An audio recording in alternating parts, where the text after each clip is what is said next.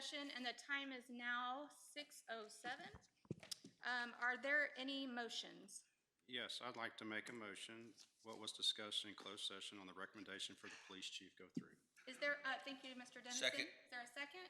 Mr. Kirby, all in favor? Aye. Aye. Opposed? Any abstain? That motion carries. At this time, the special meeting is adjourned.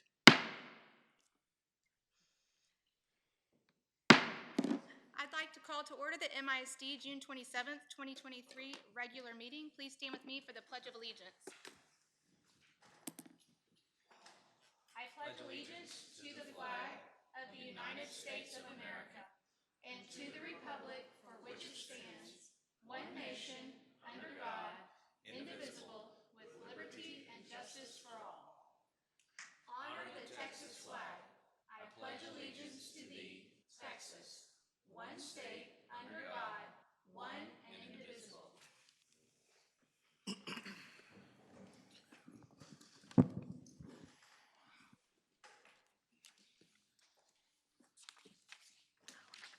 Are there any citizens who would like to address the board regarding the proposed budget and tax rate? None? All right. Ms. Alcatar, are there any public comments? All right. Ms. Stroud, and before she begins, let me just say thank you for registering to speak to the board this evening. So that, just remember that you're limited to 3 minutes. As you can see, there are a limited number of instances in which the board can respond to you during the public comment. We cannot take any votes or action based upon public comments. Please keep comments respectful and focus on the topic you registered to speak on. You may begin.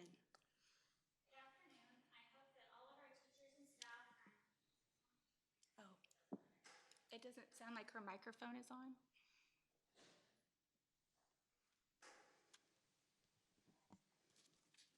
One second. Okay. Okay. Good afternoon. I hope that all of our teachers and staff are enjoying their summer. I want to thank Dr. Fuller for inviting me to speak at every school board meeting via an email I received from him.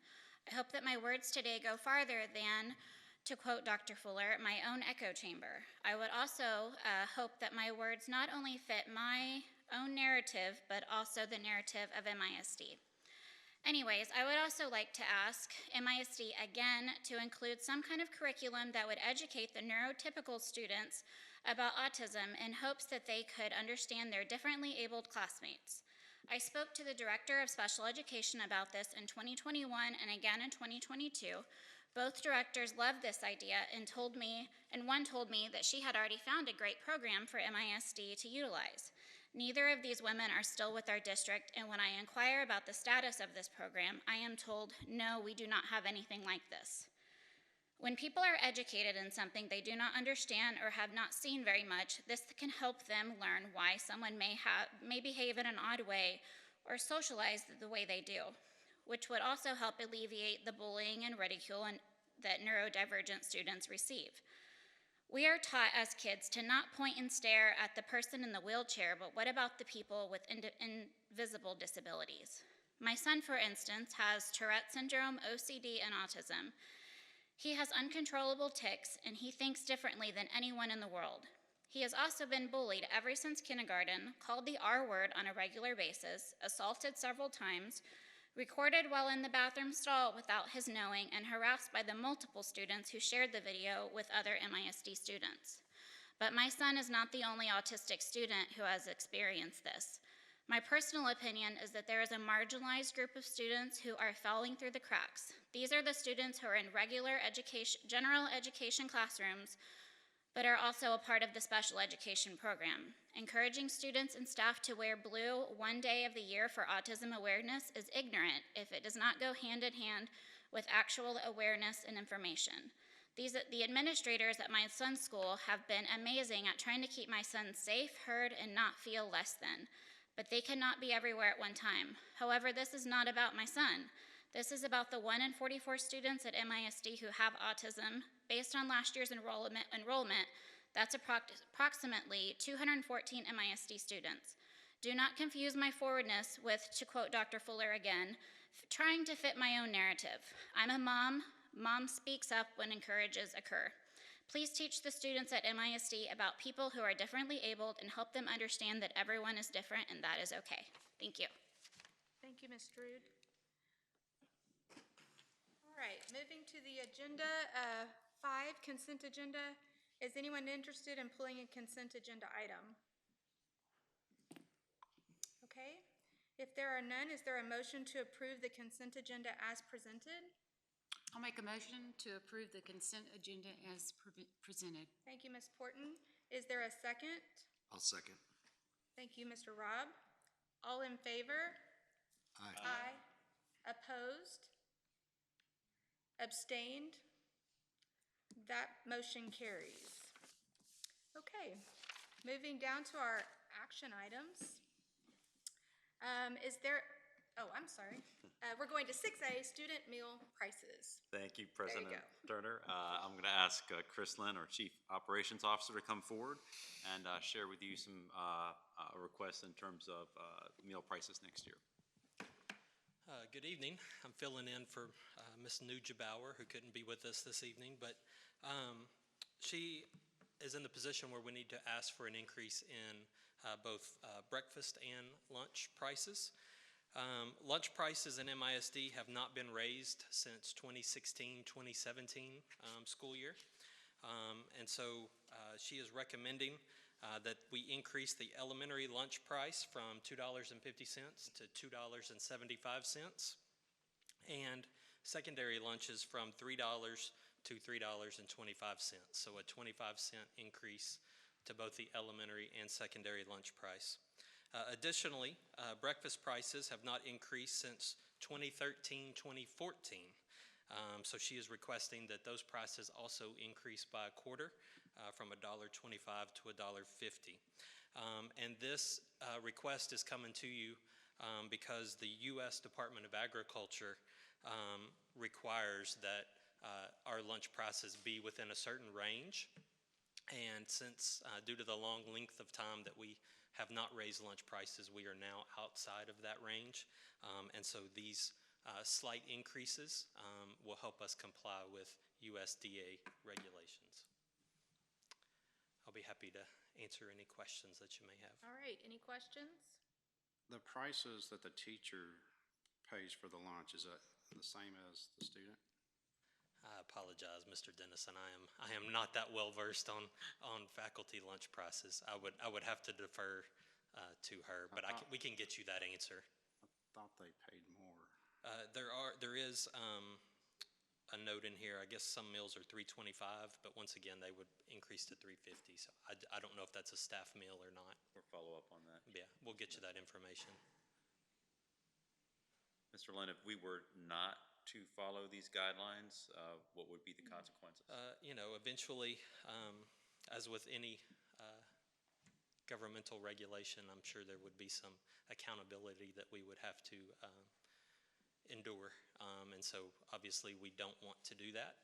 I think we have requested a waiver as much as we possibly could, but I think that period is coming to an end. And obviously not increasing lunch prices since 2016, 2017. I think we all understand how much food prices have increased during that time period, especially in the last year or so. While we hate to ask our community for an additional quarter for lunches and for breakfast, unfortunately that's the position that we're in at this point. And there will still be the opportunity to get free or reduced lunch. Correct. For students? Those options are still obviously available. That is just the full priced meal. Okay. Any other questions? All right, thank you, Mr. Lynn. Is there a motion to approve the student meal prices as presented? I'll move to approve the student lunch price increase as presented. Thank you, Mr. Kirby. Is there a second? I'll second. Mr. Nguyen? All in favor? Aye. Aye. Any opposed? Abstained? All right, that motion carries. Thank you. On to 6B, budget amendment number 2. Thank you, President Turner. You may be expecting Chris Lynn to stand up at the podium, but that's not the case. We have our CFO, Ben Davidson, who's going to come forward and share information about Budget Amendment 2. Good evening.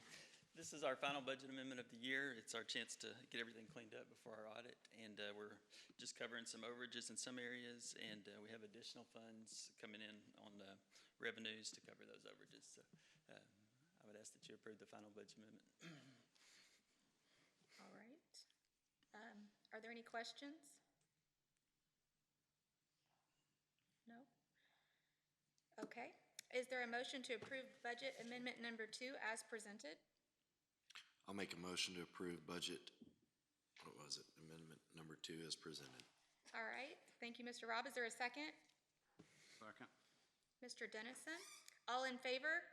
Aye. Opposed? Abstained? That motion carries. Thank you. Thank you. All right, 6C, CTE vehicle. Thank you. We will be asking Kristlyn to come back up, and as for the public, any expenditure over $50,000, we are required to ask for board action. We tend to take requests that are close to the $50,000 limit also to the board for your consideration. So, Mr. Lynn. Yes, so as we are all familiar, during my time here in Montgomery ISD, we have CTE allocations, and we are required to spend a certain percentage of those funds. And so this vehicle would help us meet those spending requirements. This is not just a wish list item, but this is something that's truly needed by this department. We have CTE kids in all different programs, traveling to many different competitions across this state, and since they're so successful across this country. And so this vehicle will help them accommodate some of their travel needs. Now what they're doing is having to rent vehicles frequently.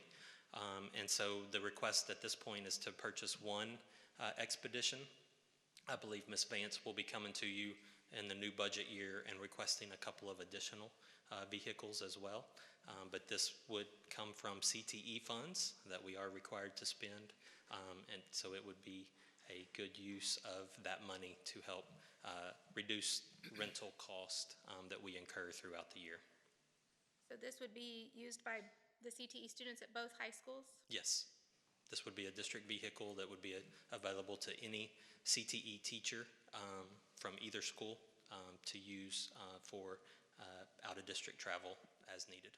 And I guess reserving it goes through Ms. Vance, probably? I don't know the procedures, but she will have some procedures in place, and she Okay. will communicate that to her CTE teachers. Okay. And you said this comes out of, go ahead. Oh, I'm sorry. When did you say that we would be presented with a few more of these vehicles? Our current budget year ends June 30th. The new budget year, should you adopt it later this evening, will start July 1. So I would assume sometime maybe in August or early in the school year, you will see Ms. Vance with some additional requests. Is this a buy board that we're getting? This is a buy board. Actually, this unit is sitting on the lot, so should you approve it, it has been on hold, and Ms. Vance or someone from the CTE department will actually be driving a check to the vendor tomorrow and picking it up, because we have to receive it by June 30. Mr. Kirby, did you have a question? I was in Oh, reference okay. to when we would, the new ones and Okay. the funds, how that would work. Mr. Dennison, do you have one? Yeah, I see the vehicle's 4x4. Is there a reason for that? There are very few that are actually available on the lot due to the time constraints of having it in our possession by June 30th. Unfortunately, That's what's there. that was what was on the lot. However, it is a very reasonably priced expedition. So we're asking for $55,839. There were others that were available, to my knowledge, but were extremely expensive and not necessarily school appropriate. So this was the one that was most in line with what we needed, although it is a 4x4. Okay, any more questions? All right. Oh, we are not able to take questions from the audience during the public meeting. Thank you. But he will come to you and I will. have that conversation. All right. Is there a motion to approve the purchase over $50,000 for a CTE vehicle using CTE funds as presented? I'll make the motion to approve the purchase as presented. All right, Mr. Dennison. Is there a second? I'll second. Mr. Nguyen. All in favor? Aye. Opposed? Abstain? That motion carries. Thank you very much, Mr. Lynn. Yes, ma'am. Are you staying with us? I am. All right, we're moving to 6D, a playground equipment for Lincoln Elementary School. Yes, ma'am. As many of you were aware, this was a conversation that came up during the Bond 2022 development, was the need to build some standards across our elementary schools with playground equipment, shade structures, and so this will be the first campus to put in place some of those standards. We have worked very diligently with Ms. Fitzpatrick and Ms. Ashlock to meet the needs of the campus and also meet the budget for the bond. And so we're here tonight to ask for your approval for that playground. In full transparency, it's a 6-month time frame before this equipment can be installed. So with your approval tonight, we will be issuing the purchase order first thing tomorrow morning, and they are shooting for a winter break installation. Although they will probably be out there earlier doing some of the foundation and some other elements, but they may not see equipment actually arrive until mid-December. We've been working on this for 8 weeks now or so, and so it's been a lengthy process, but we're finally where we need to be. So. Okay. I have a couple questions, but I'll let you all go ahead if you have any. Was there only one bid for this?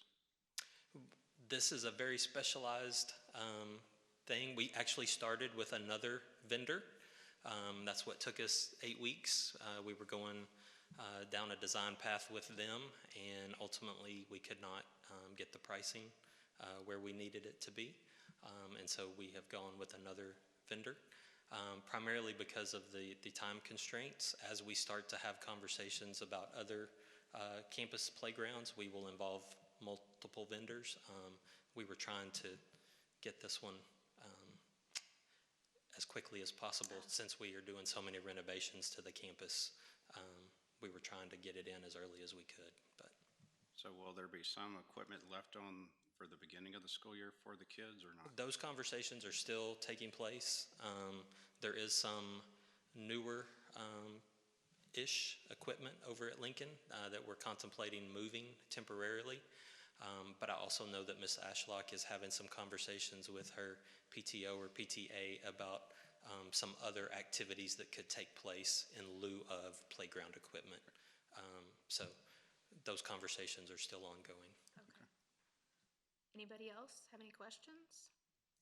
How would you say that it will compare to maybe one of our newer ones like Keenan Elementary? Would it be a similar type playground? So do you want to have some conversations about the process that y'all have gone through, or? It's comparable, I would say. Part of what we look at is the capacity, the student capacity. And so looking at Keenan's needs versus Lincoln's needs, it might look a little bit different as far as size, but we are replenishing or restructuring the playground for the older elementary as well as the younger elementary. And so Ms. Ashlock has had a lot of feedback as far as what is acceptable and what her needs are. But I feel like we're trying really hard to take into consideration all elementary schools and create a new district standard that does include shade. Yes. That's the big difference, you know, and something that we heard loud and clear from the bond committee and the community was the need for shade structure on these playgrounds. And so this is, there's a lot of shade on this playground. So, Okay. Are we giving anything up to reduce that cost, or is this someone that our partners at Huckabee have worked with, and how do we get these folks? this is a very reputable vendor in that industry. This is someone who does a lot of schoolwork across the entire Houston market, but also the United States. And so they're affiliated with Little Tykes. So I think, a lot of people are familiar with the Little Tykes name. So their pricing is just more competitive, for the equipment that they provide. Good. All right. Anything else? Okay. Is there a motion to approve the purchase over $50,000 for the playground equipment at Lincoln Elementary School using bond funds as presented? I'll make a motion to approve the purchase of playground equipment over $50,000. Thank you, Mr. Robb. Is there a second? I'll second. Ms. Porton? All in favor? Aye. Opposed? Any abstain? That motion carries. Moving on to 6E. Thank you, Mr. Lynn. 2023-2024 employee compensation plans. We're going to bring up Ben Davidson.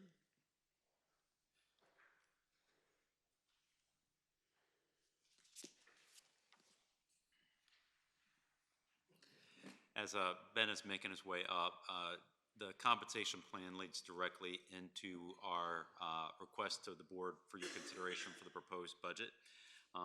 Just as a reminder to our community about the leadership of our board, 3 years ago when they hired me as superintendent, one of the things that our board wanted to make sure of is that for all of the major decisions that we make that we have to ask them to vote on, that we have robust processes in place, and that individual community members and taxpayers can look at those processes and hold us accountable for following those.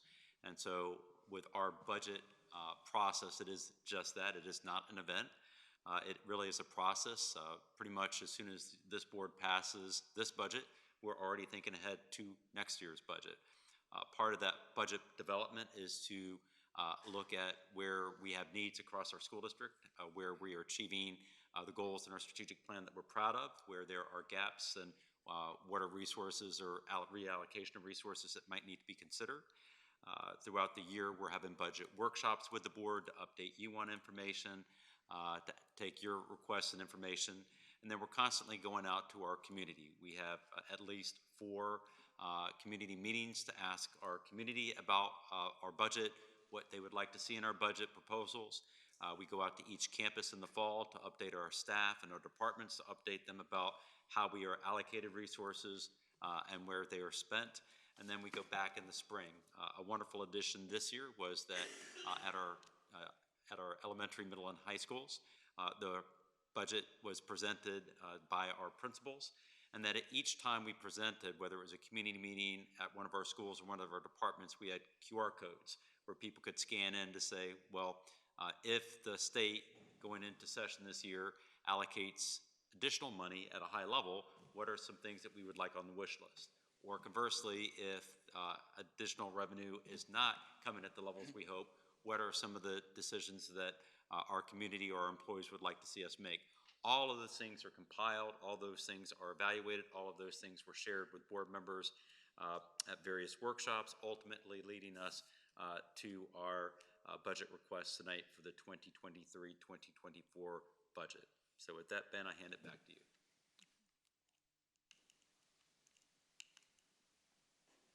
Who hands it back to me? All right.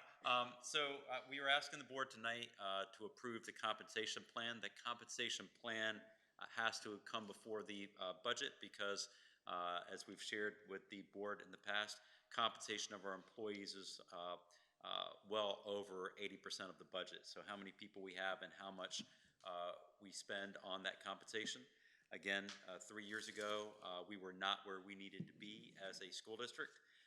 We were constantly hearing about employees feeling that they had to at least consider employment in other surrounding school districts.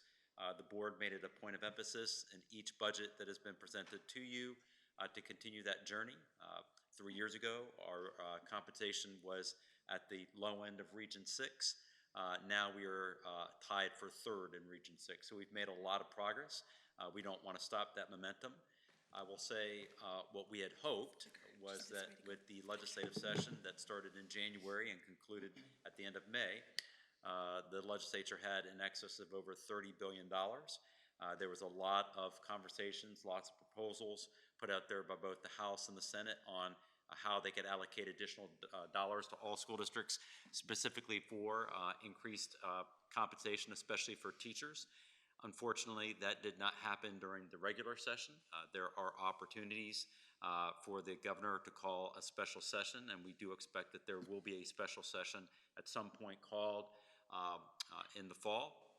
But for right now, we can only look at the revenue that we have coming in, local, state, federal, and see what we can do. So unlike a lot of other school districts, unfortunately, this year who are not getting pay raises, we're very pleased to be able to share that in our compensation plan, we are going to propose a $1,300 increase for our employees on the teacher salary schedule. So that will be 3 years in a row of increasing pay for our teachers, a 2% increase for all other employees on the midpoint.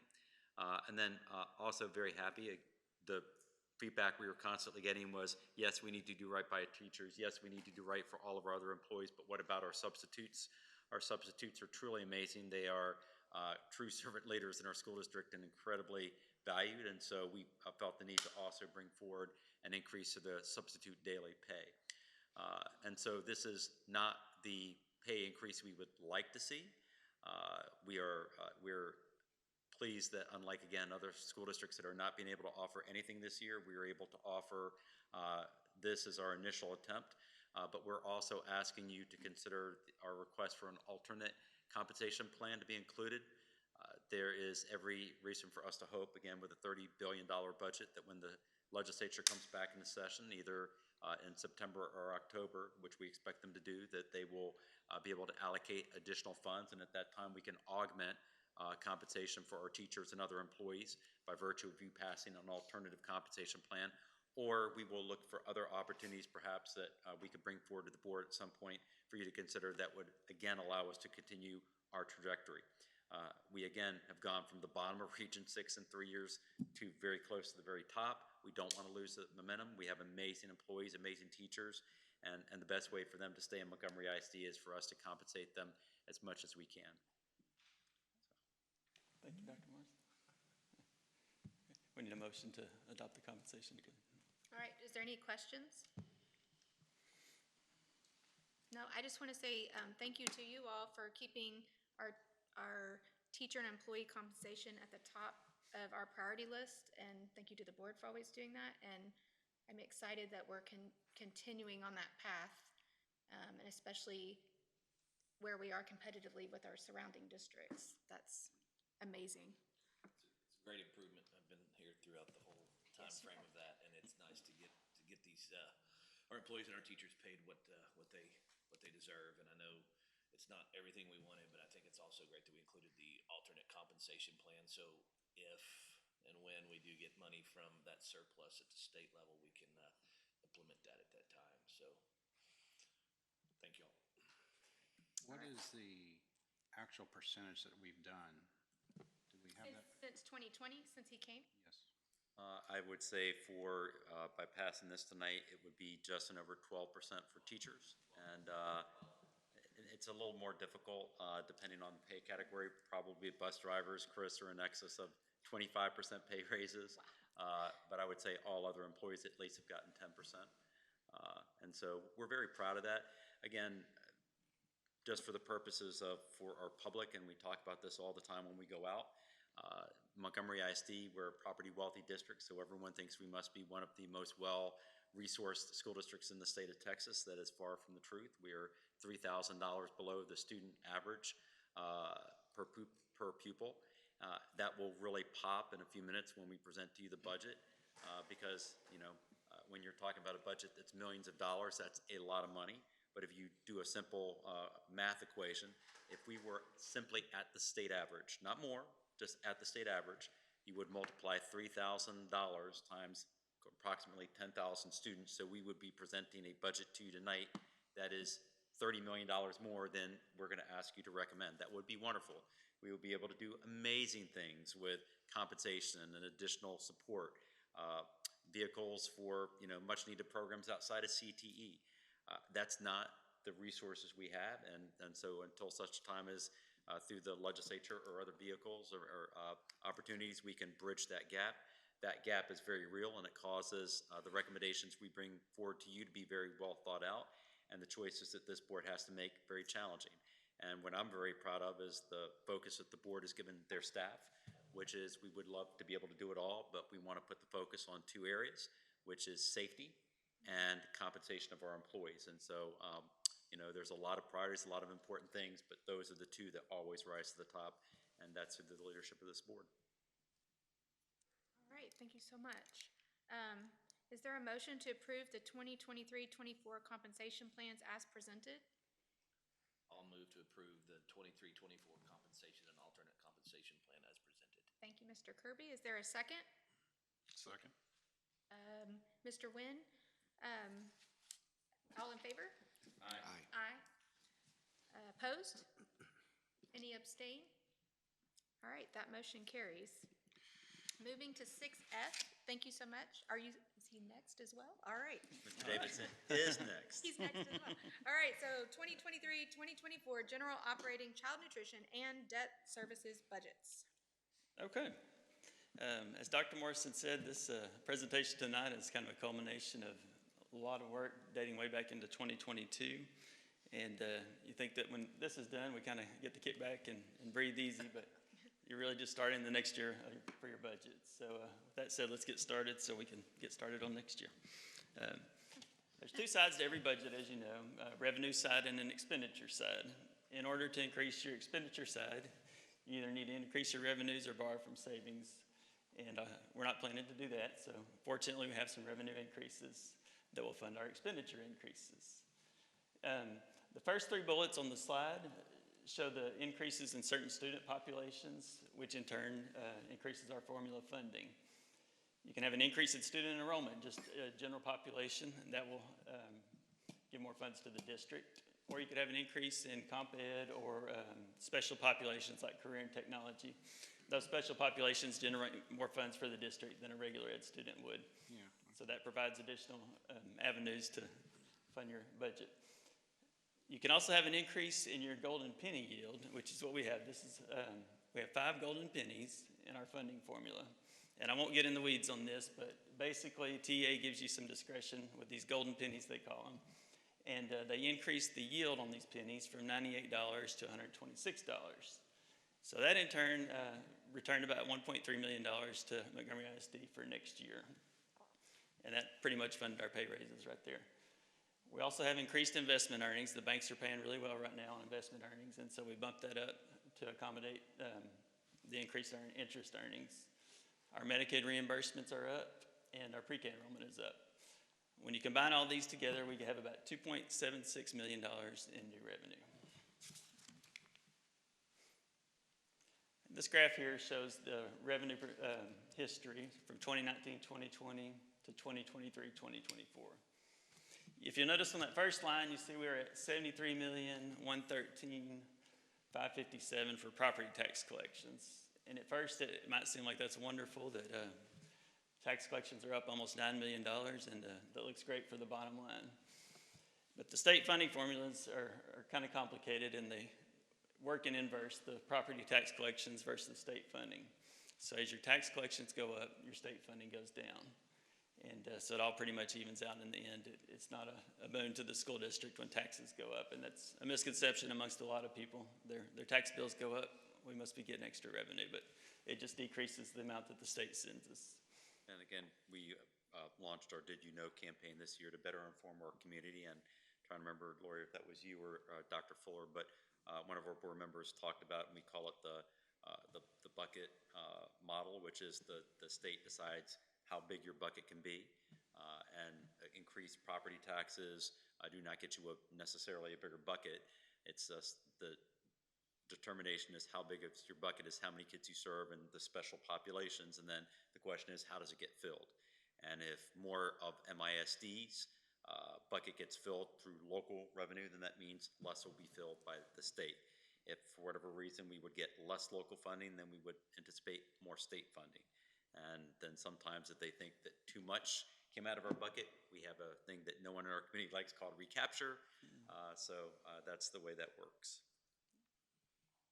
If you follow along on the different revenue sources, you can see the increase on earnings from investments. We're going from 200 to 850,000. The rates have really gone up this year. And that's still a conservative number. We're going to be conservative with that because we don't know where they'll be next year. Another increase is the Medicaid reimbursement down at the bottom. We're going from $1.5 million to $1.7 million. All that together is $2.7 million in revenue increases. Okay, this is our budget by function. This is the level that the school board is required to adopt the budget at. You have your revenues at the top, the $87,854,161 for the general fund. And then we have all our different functions. And this kind of gives the average person or anyone interested an idea of where the money's going. You can see that $54,400,000 is for instruction, and that's close to 63% of our entire budget. This is for classroom supplies, teachers, teachers' aides. Anything directly tied to instruction comes from that function. Some other functions of note are 23, school administration. That would be principals, their staff, office staff, anything related to running the campus. Function 34 is transportation. That's $4,361,000. And that's our bus driver salaries, fuel, repairs, anything related to school buses. Another large one is function 51. That's our maintenance function. And that covers utilities and then maintenance, repairs on the building, custodial services, anything related to those areas. All that adds up to $87,799,725. And you can see our revenues at $87,854. That leaves us with a surplus of a whopping $54,436. If you go over to the next column, that's where the $6,227,000, that's our food service department. And they're projecting a balanced budget there. The far right column is our debt service budget, and that funds the payment on our debt that we have acquired over the years through bond passages of bond elections. And that's at $34,265,000. Okay, this chart here breaks it out by object code. You can see the object 6100 is salary, and it's a pretty telling slide because you can see at the bottom there that 81% of our funds go to salary and benefits. And we're in the people business and the student business, and that's where a lion's share of our budget goes. Object 6200, professional and contracted services, is 12.7% of the budget. Supplies and materials is 3.9%, and then other operating expenses is 1.8%.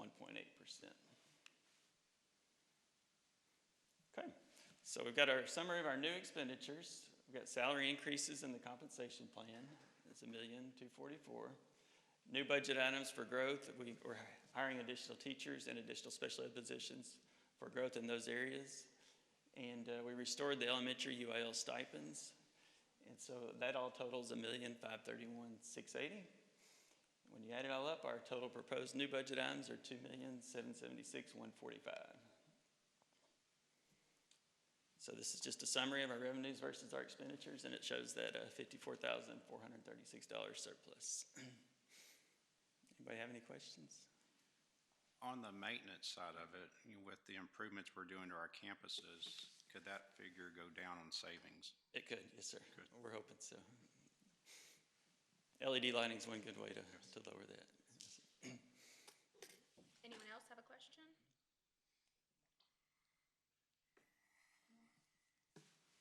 Okay, is there a motion to approve the 2023-2024 general operating, child nutrition, and debt service budgets as presented? That's a mouthful. I'll do it. I move to adopt the 23-24 general operating, child nutrition, and debt service budgets as presented. Thank you, Ms. So Porton. good, I'll second that. Thank you. Mr. Kirby seconded. All in favor? Aye. Opposed? Abstain? That motion carries. Thank you very much. Thank you. Moving on to information items. 7A, first reading of a policy update, 121.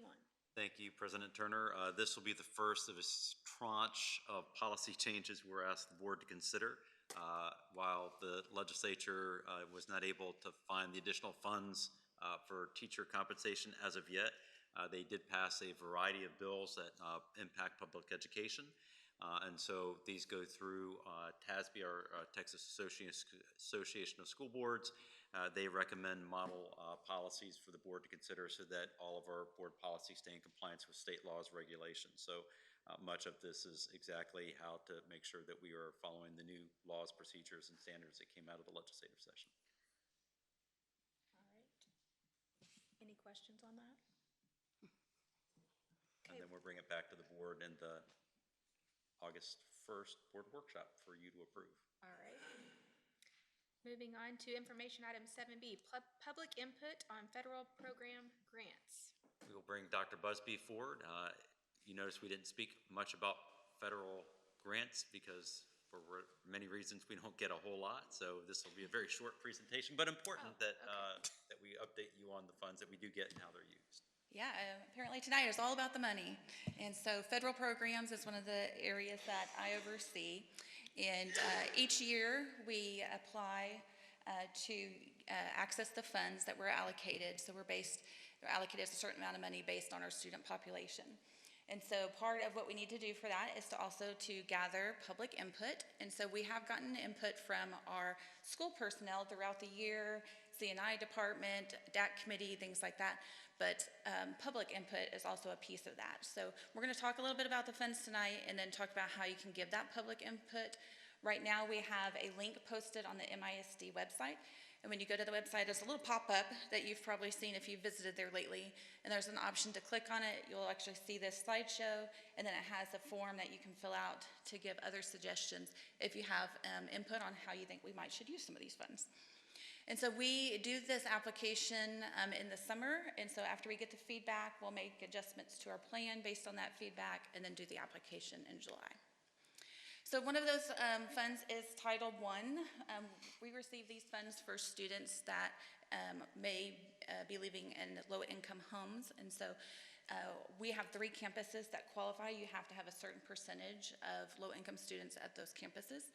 Those are Lincoln Elementary, Montgomery Elementary, and Stewart Creek Elementary. And each of those campuses, they have their own stakeholder groups that they meet with that kind of determine how to use those funds to best meet their individual campus needs. And so just to kind of break down what we get for that, Title I, we get a total of $798,000 for the district. We have a certain amount at district level that we use for a percentage of district level positions, my position, and one of the positions in my department that helps manage the programs. And then also for our homeless students, assistants, and then some district-wide parent engagement. And then you see your 3 campuses and their breakdown. Their amounts are different because it's based on the number of students who qualify for as low income, and so that's how that's determined. And you can see pretty much they all spend their money on the 3 Ps: people, professional development, and parent engagement. And so they all kind of break it down in those 3 different ways. Title II is another grant that we are eligible for, and this is main purpose is to increase student achievement. And how do you do that? By investing in the people who are teaching them. So that's investing in teachers' professional development, your administrators' professional development, that type of thing. So we get a total of $240,000 in our district, and we use that in these areas: curriculum planning and supporting our teachers in that. We have additional stipends that support our GT program and our special education program, support for our MTSS and RTI, and then additional professional training and materials that we use for that professional training. Another grant that we're eligible for is Title IV. This one is to increase well-rounded education for students, and that could be like advanced academics, it could be PE, those types of things, or improving and maintaining safe and healthy students, and then for effective use of technology. We get a small amount here, $55,471, and so to try to make that money go as far as it can, and we have used that, or currently have plans to use it to support our advanced academics and some different like summer enrichment activity type things that they do, Leader and Me. We also support counselors and provide additional supplies for mental health and character education materials. And then we also send some people to the school safety conference during the summer. And then last, our cybersecurity audit, that just helps make sure that we don't have any vulnerabilities there. And then you hear about these, ESSER 2 and ESSER 3. We won't be talking about these much longer because these are limited funds. ESSER 2 and 3 came out as a response to the COVID-19 pandemic. We have, you can see the amounts that we were allocated there. ESSER 2, we're done. So we had made our decisions that actually end September 23, really, and that's just kind of closing out the year is what we're doing with that money at this time. We have some ESSER 3 money left this year. Most of that money is covering salaries from different positions and things that we supported throughout this year, and just kind of an offset that, and so that will continue through the rest of this year. That ends September 2024. And So, Dr. Busby, yes. just for the public on the ESSER funds, 17.3 billion was allocated to the state of Texas. Nationally, that translated to $3,700 per student. Across the state of Texas, that's translated to $3,500 per student. We got a whopping $840 per student in Montgomery ISD, so we're grateful for the additional funds. We think we've used them well, but again, that ratio really is kind of the ratio we get federal funding. And so a lot of boards across the country that are adopting budgets tonight, 10%, 12% of their overall budget will come from federal funds. Ours is very much less than that. So. Okay, so the public input window is open for the remainder of this week, and so that will be about a total of 3 weeks that window was open and posted on our district website. So if anybody wants to add anything, that's where they can go and click on that link and get any additional information. And again, we'll take that information, make our final revisions, and then submit the application mid-July. Okay, any questions? Is there any more other grants that we could be applying for that we haven't yet? We watch for the different grants that come across, and if we are eligible for them, we definitely take a close look at them and see if there's needs that address our needs. So we have applied for different grants, like a school safety grant, a silent panic alert grant, that we have qualified for and are able to get the money. A lot of that's one-year money. The grants that we talked about tonight are more ongoing, recurring grants. Any other questions? All right, thank you, Thank Dr. you. Busby. Moving on to 7C, Goal 3 and Finance Update. This will be our last goal update for this academic year and department update. And I guess as was said, this very much is the money night. So even though Mr. Lund is transitioning out of the money, we're not really managing the bond, but the operational dollars. But he was still leading and is our leader for Goal 3. So we're going to ask Chris to give you an update on how we're making progress there. And I appreciate you saving the best goal for last. You've already heard from all your other goals throughout the year. You've already heard from most of the departments that report in this goal, such as transportation, child nutrition, maintenance, technology. So this presentation tonight is going to be fairly quick, fairly brief. I've learned get in, get out, and people tend to like you a little more. So let's get started. So Goal 3 is how we will responsibly manage the use of our resources in order to sustain equitable funding, to support academic excellence, and to provide safe, efficient operations of the district. And there are basically 4 goals within Goal 3. One is to accurately account for all of our financial transactions, utilize that transparent collaborative budget process that we talked about earlier, culminating in the adoption of the budget, which we did tonight. Ensure the district's financial stability through an appropriate fund balance. And remember, a fund balance is the district's savings account, that money that's set aside whenever expenditures exceed our revenues. And then create processes and management structures that help us use our resources effectively and efficiently. And so those are the 4 pillars of Goal 3. And so the first one is accounting. And this KPI 3.1.1 just basically says the district strives every year to receive a clean audit with an unmodified opinion. And in audit world, that is the best opinion that you can get. I know it doesn't sound exciting, but an unmodified opinion is what we strive for every year. For 2020, 2021, we received that, and we did it again in 21-22. You will notice that 22-23 is not filled in because our fiscal year does not end until June 30th, and our audit will be completed after that point, and we should be back here in November to present to you the results of the 22-23 annual audit. So we hope that will be a yes at that point. Objective 2 is budgeting, and so we really have, since arriving in the district administratively, we have put a major emphasis on making sure that we communicate throughout public forums and multiple events throughout the community about the development of our annual budget. And so we have a target of 4 events annually, and so you can see that we have met that goal the last couple of years.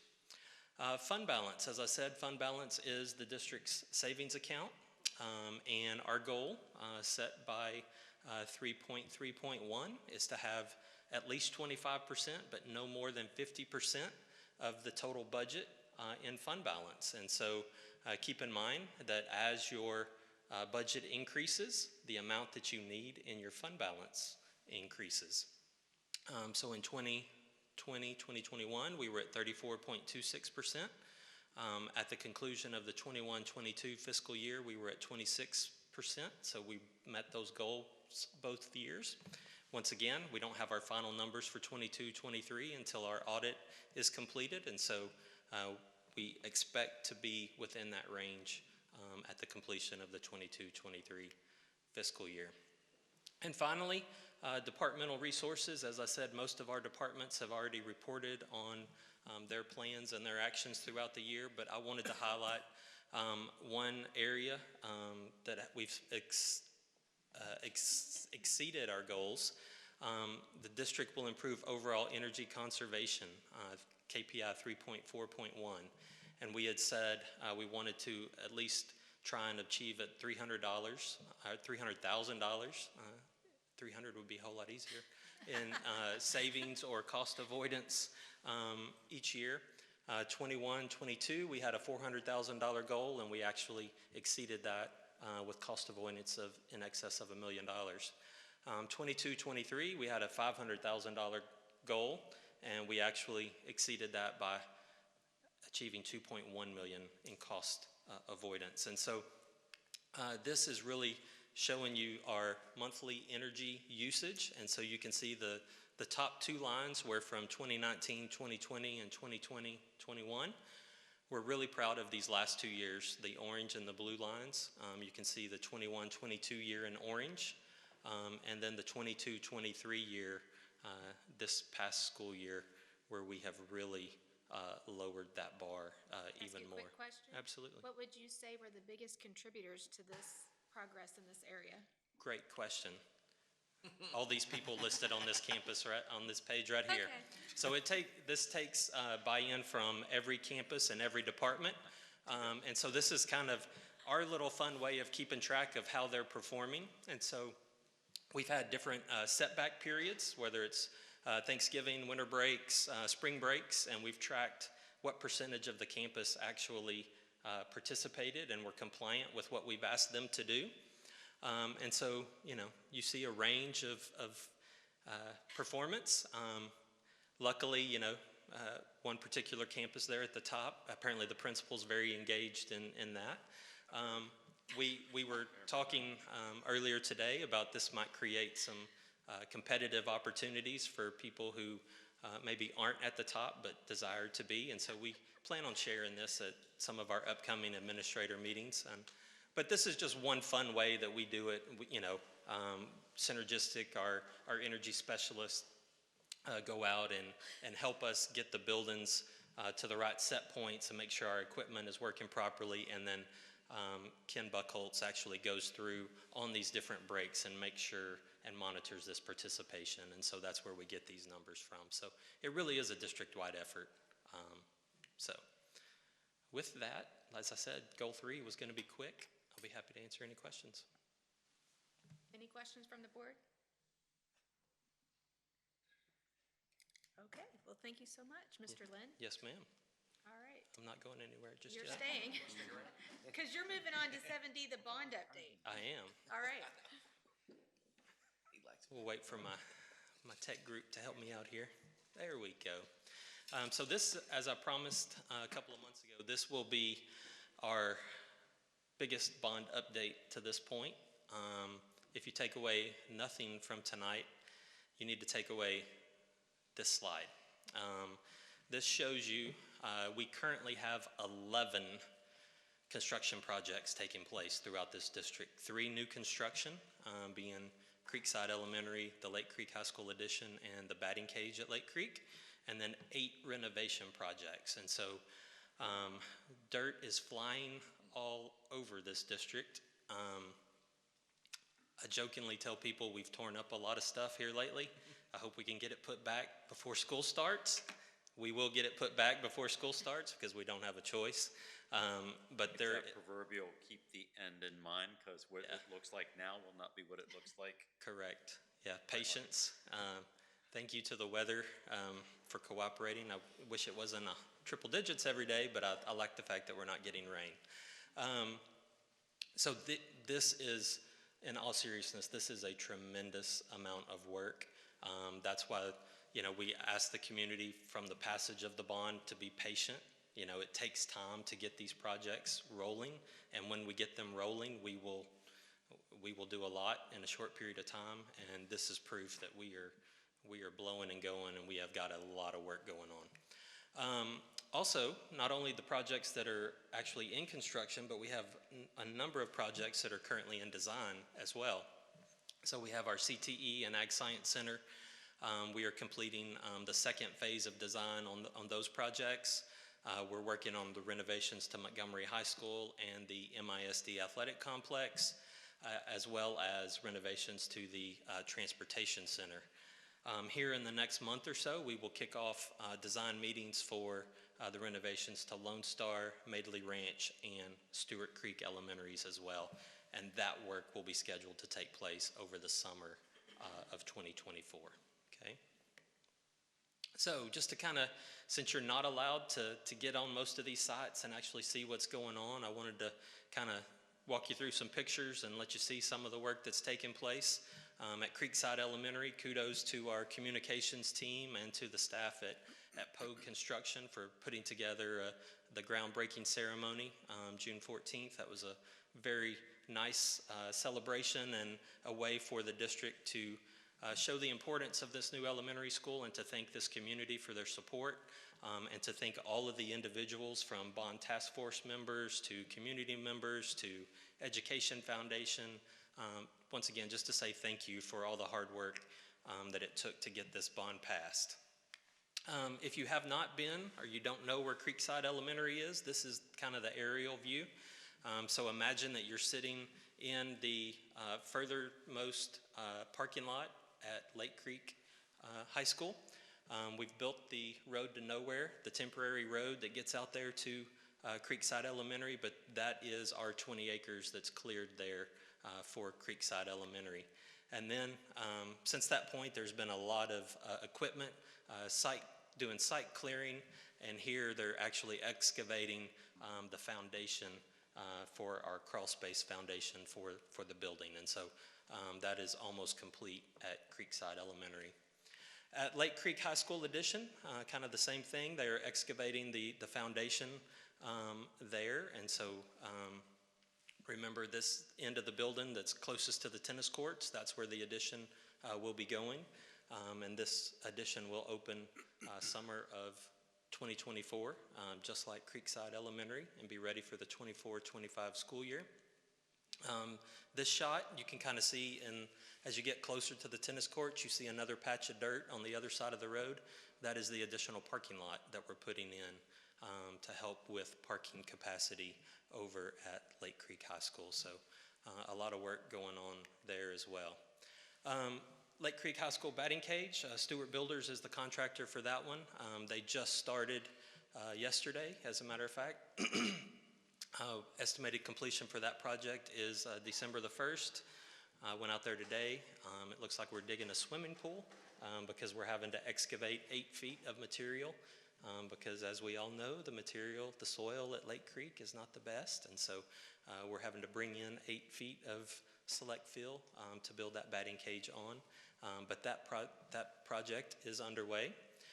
Real quick, before you move on from Sure. that location, I've been asked if the road between Lake Creek and Creekside is going to stay there. People want to know about that. Sure. So let's go back to this. As I affectionately called it, the road to nowhere. That is a temporary construction road only. Okay, so that will not be the access point from Lake Creek to Creekside. If you enter the drive at the light off of 2854 and head towards Lake Creek, about maybe midway towards the campus, you will see there's a leave out in the curb. That is where the new road to Creekside will connect. So you will. Creek Bridge, right? Yes, it's after the bridge. On the right-hand side, you'll notice a leave out in the curb.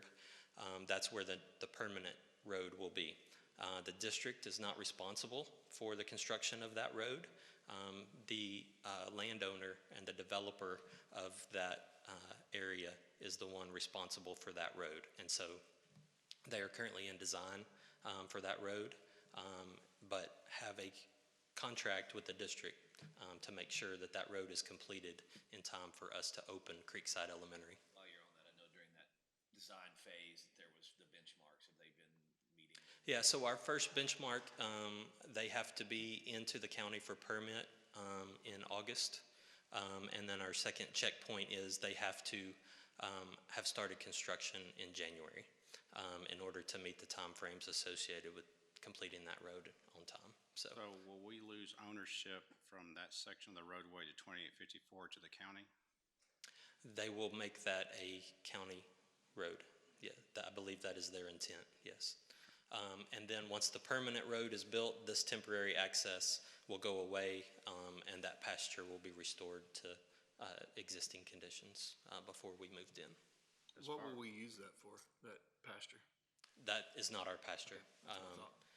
We are just granted temporary access at this point just to get to our site. Hey. Yeah, that's one of their hay fields. As far as the start of the school year for Lake Creek, so what's the traffic plan for the students and staff while this is going on?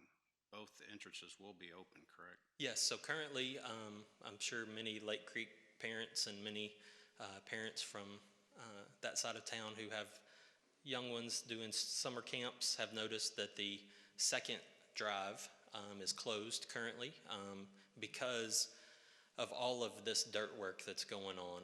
Not only do we have the addition at Lake Creek, Creekside, we have the batting cage, we have turf projects on the baseball fields, and we're doing some drainage demo that I'll show here in a minute. We've had an inordinate amount of dump trucks and construction traffic, and so we've needed to separate students from a lot of those activities. That second drive will reopen before school starts. We're mainly doing that while we're doing the drainage work in the back, which I'll show you here in just a minute. So the traffic pattern should be a normal traffic pattern. The only area that will be closed when school opens is that drive right there in front of the tennis court that connects the back parking lot to the front parking lot. That will remain closed.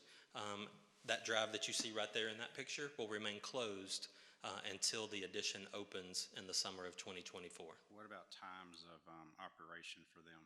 Is there going to be a time put on them, start time and stuff like that? No, in order to get this building open, we will be working during school hours. We will have appropriate safety barriers in place to separate students and construction workers. Obviously, if there's any testing going on, state testing or things like that, we will limit work hours then. But Otherwise, we will be working as long as the sun is shining.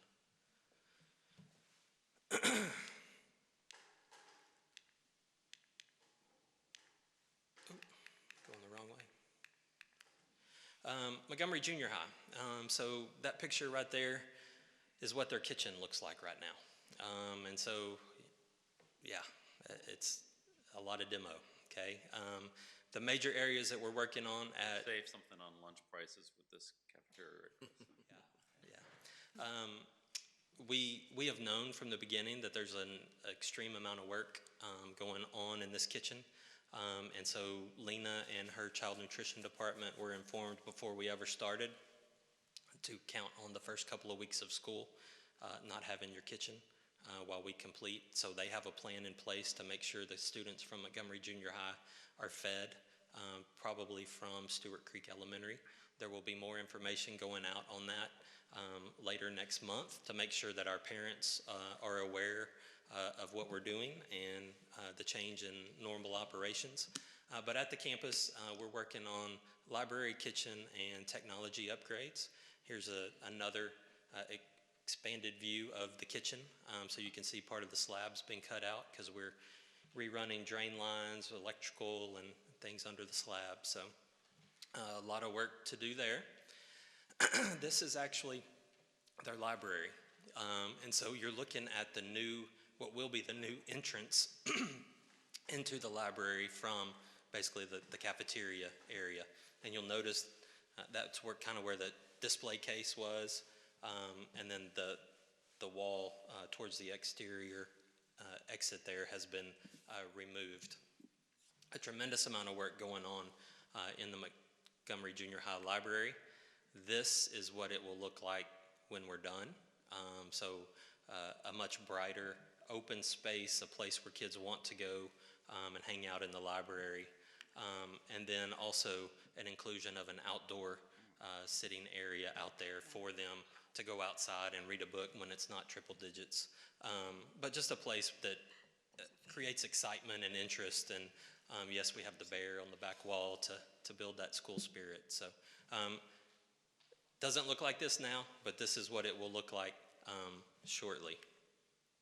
Chris, can you talk about the lighting in there? Sure. I know it's a small thing, but the impact that it had on the staff recently was amazing. Sure. So at Montgomery Junior High, at Lincoln, and at Montgomery Elementary School, those are our first three renovation campuses. So we'll be doing this district-wide. But all of these ceiling lights that are these 2x4 fixtures, we're going away from this type and we're going to LED. So it produces a much brighter light. A lot of that work was done before school even ended. We had crews in at night working, installing lights, and so the staff got to see it the last couple of days, and tremendous amount of positivity about how it brightens up the building and how it makes their work environment better, not to mention the fact that it's going to save us a lot of money on energy as well. And so it's kind of the best of both worlds. It improves the environment and it helps to save us money as well. So I just happened to go out to visit and go out to see some classes, and they only had one hallway. And so you kind of turn and you don't notice anything, and then you immediately go to the other hallway, and it is literally night and day. And the teachers were coming out to say, "Do you see this?" Yeah, you kind of can't miss it because there's so much light, but it makes a tremendous difference, and that will be happening in schools across Montgomery ISD. And so at Lincoln, our major areas of work are the front drive, the secure vestibule, and once again, technology upgrades. And so this may not look like Lincoln Elementary to you, but this is actually the front of Lincoln. We've torn out all of the front parking and the front drive because we are reconfiguring and having new access points to Lincoln. Once again, we've created a mess. As long as the weather holds, we will have it poured back in place. It takes longer to tear it up and get it ready than it does to actually pour the concrete. So they were out there today framing up the drives, and it shouldn't be too much longer before we're actually pouring concrete.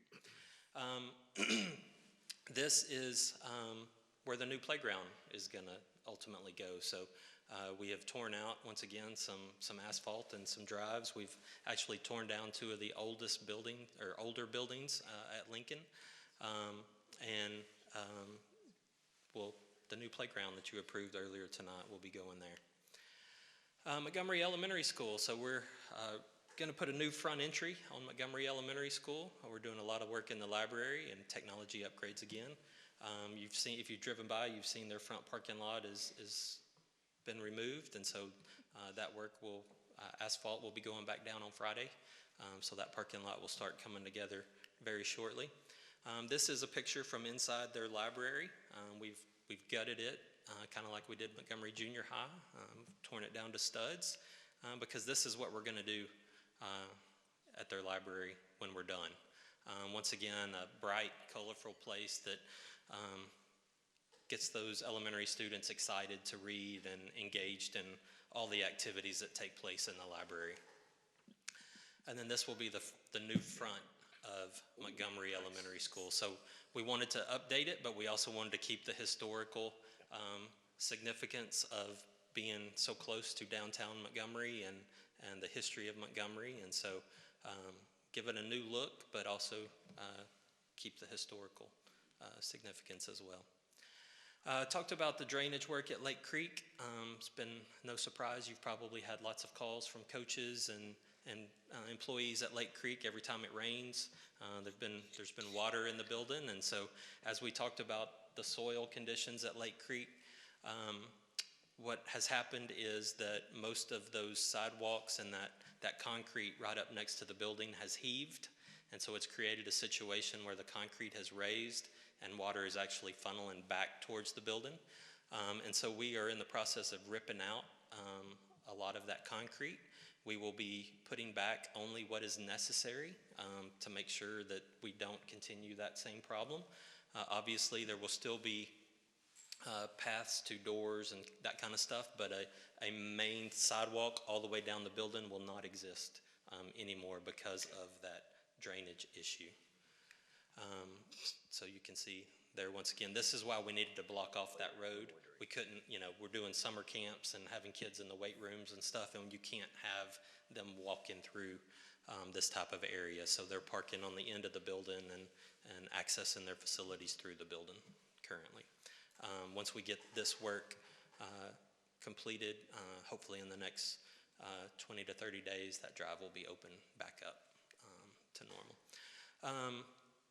Part of the bond is turfing the baseball and softball field. So here at Lake Creek, Hellas Construction started June the 20th, and here's a couple of pictures since that time.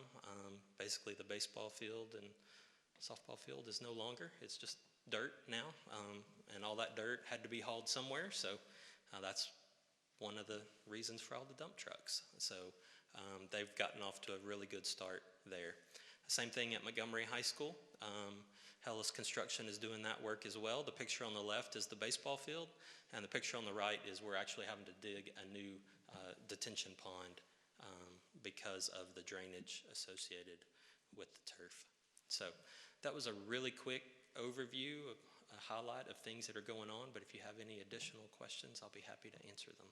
Any questions? As far as staff getting into the buildings, is there a time frame when, like, say Montgomery Junior High, when they'll be able to enter safely? Or is it going to be right at the deadline? Unfortunately, it's going to be right at the deadline. I mean, you see the amount of work that we've got going. As we said all along, we knew that kitchen work would not be completed for day one. So we will have barriers in place. On any of our campuses, our goal is to get our staff in as soon as we possibly can. We understand the importance of teachers getting in there, working in their rooms, getting their rooms set up, and being ready to go for that first day of instruction. Trust me, we want to get them in as quickly as we can, but we also want to bring them in when it's safe to do so. And so we will make sure that the environment is ready for them. We just continue to ask for our parents' patience and understanding. You saw the front entry at Montgomery Elementary School. That doesn't happen before school gets started, okay? So Montgomery Elementary School is going to be working through an alternative plan for how they greet parents, drop-offs, dismissals, and stuff, probably through October.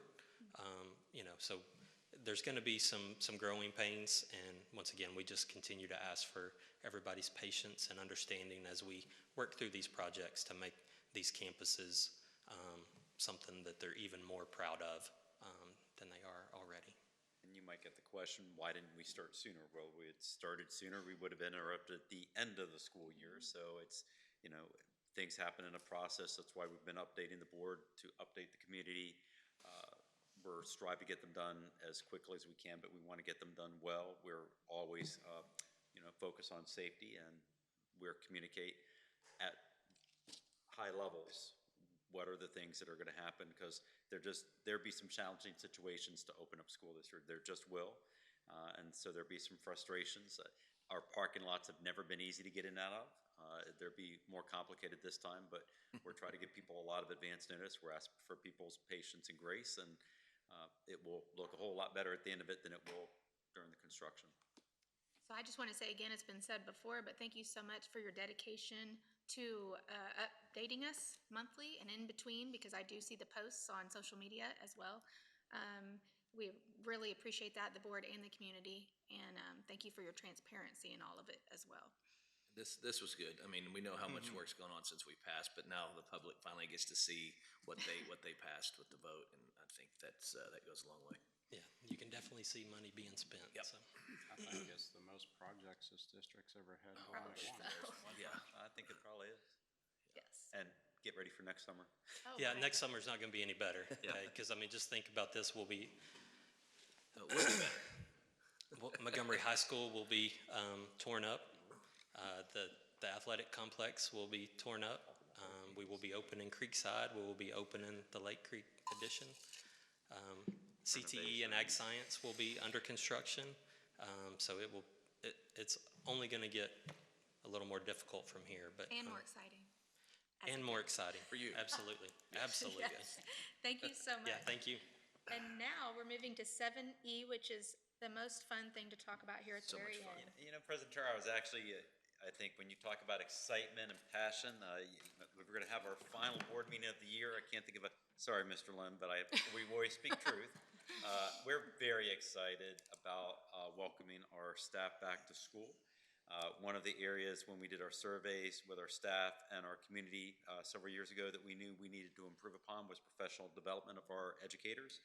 They deserve it, they need it, they want it, and we put a lot of focus into it. But when you put that focus in and give them a great experience, then it really sets off the tone for a great year. So if you enjoyed our summer conference last year, get ready, and I'm going to turn this over to Diana Teal. Yes, hi, good evening. Welcome. I'm so excited to talk to y'all tonight about our upcoming Back to School Summit, which is taking place August 2nd through the 4th at Montgomery High School.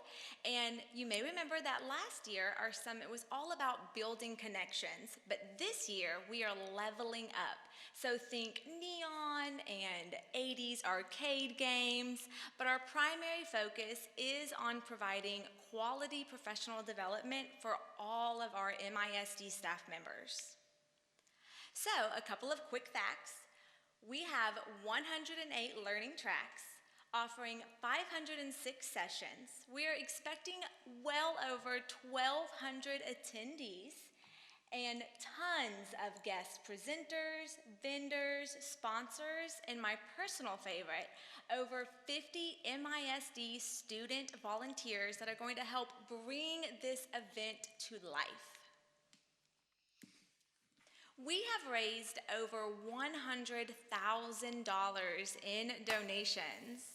Yes, that number is amazing, and it's growing every day, but what this number cannot show you is the overwhelming generosity and support from all of our sponsors and community members. It has been truly amazing how quickly they are to donate not only their resources, but their time to Montgomery ISD and to this event. So huge shout out to all of those who are sponsoring this event.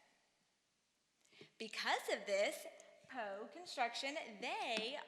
Every single attendee is going to get a Level Up t-shirt, every single one of them, and they're also going to get an MISD Level Up Summit canvas bag, thanks to Pogue and our Education Foundation. Very excited. The bag's not in yet, but you will get the bag. It's very nice. I'm really, really, really excited about those. So while we are focusing on providing impactful and engaging professional development, we also want to create an exciting atmosphere. So all throughout the venue, you will see all kinds of interactives that really bring that arcade to them, such as the giant light bright wall, which I'm really excited about, a huge Rubik's Cube, some like 80s, 90s throwback games, as well as a push pin. You remember as a kid those push pins? We will have 2 workers that will be there that will be cleaning and sanitizing these interactives throughout all 3 days. We're also really thankful to Universal Sign and Graphics, who are providing all of our signage. So we're going to have giant floor vinyls and lots of signage all over to really create that immersive experience, if you will. In addition to all of the interactives and all the great sessions, we're also going to have treats each day. So on day 1, which is Wednesday, August the 2nd, Huntington and Stevens is donating breakfast, which the attendees will have before our kickoff, our convocation, our pep rally that we're going to have on day 1. On day 2, which is the 3rd, all of our staff members will be treated to a Frio's Ice Pop, thanks to Pref Tech and Huckabee. And then on Friday, August 4th, PBK is providing lunch for everyone from Bar ABQ. Can we come Friday? You are invited. You have a badge and a shirt. You are invited all 3 days. So definitely mark your, and I know last year a big hit was Sweet Pop. last year a big hit was those food trucks.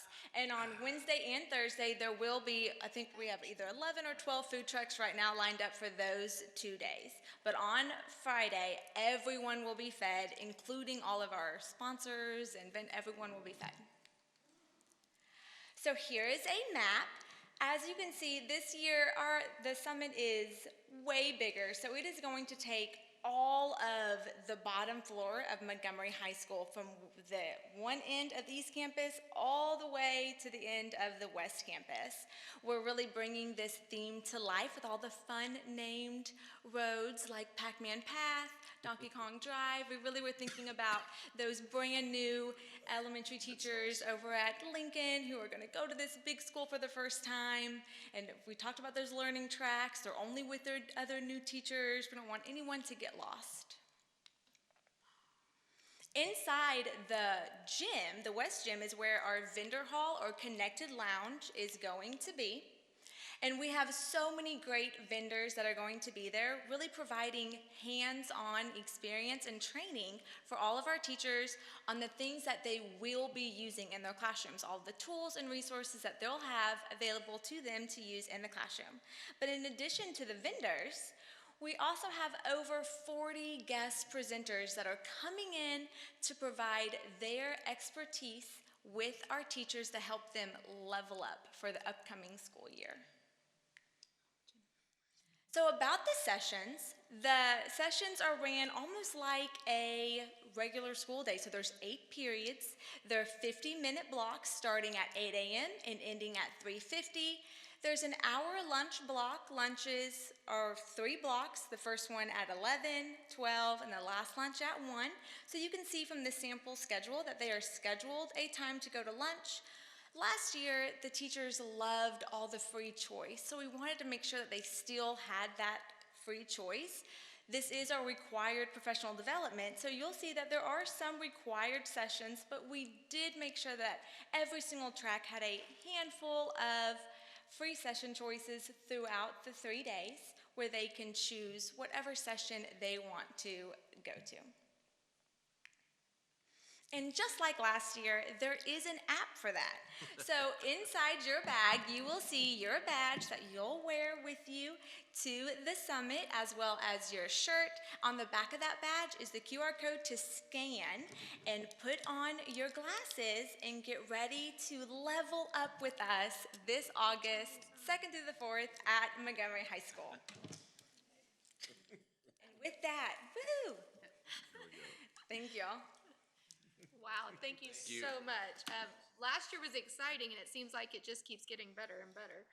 And as we know, teachers just love this kind of thing.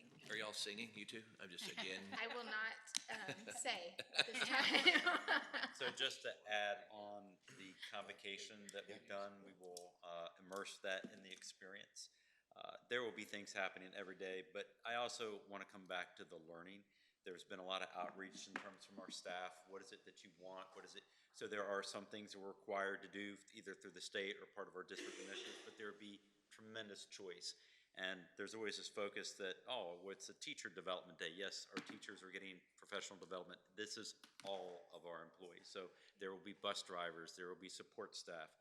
It really is a commitment to building capacity of our entire group of educators across Montgomery SD. So we're very grateful for all the planning that's gone into it. And it's got one heck of a cheerleader and brand ambassador with Diana Teal, that's for sure.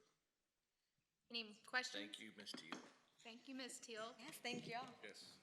All right, with that, the time is 7:32. This meeting is adjourned.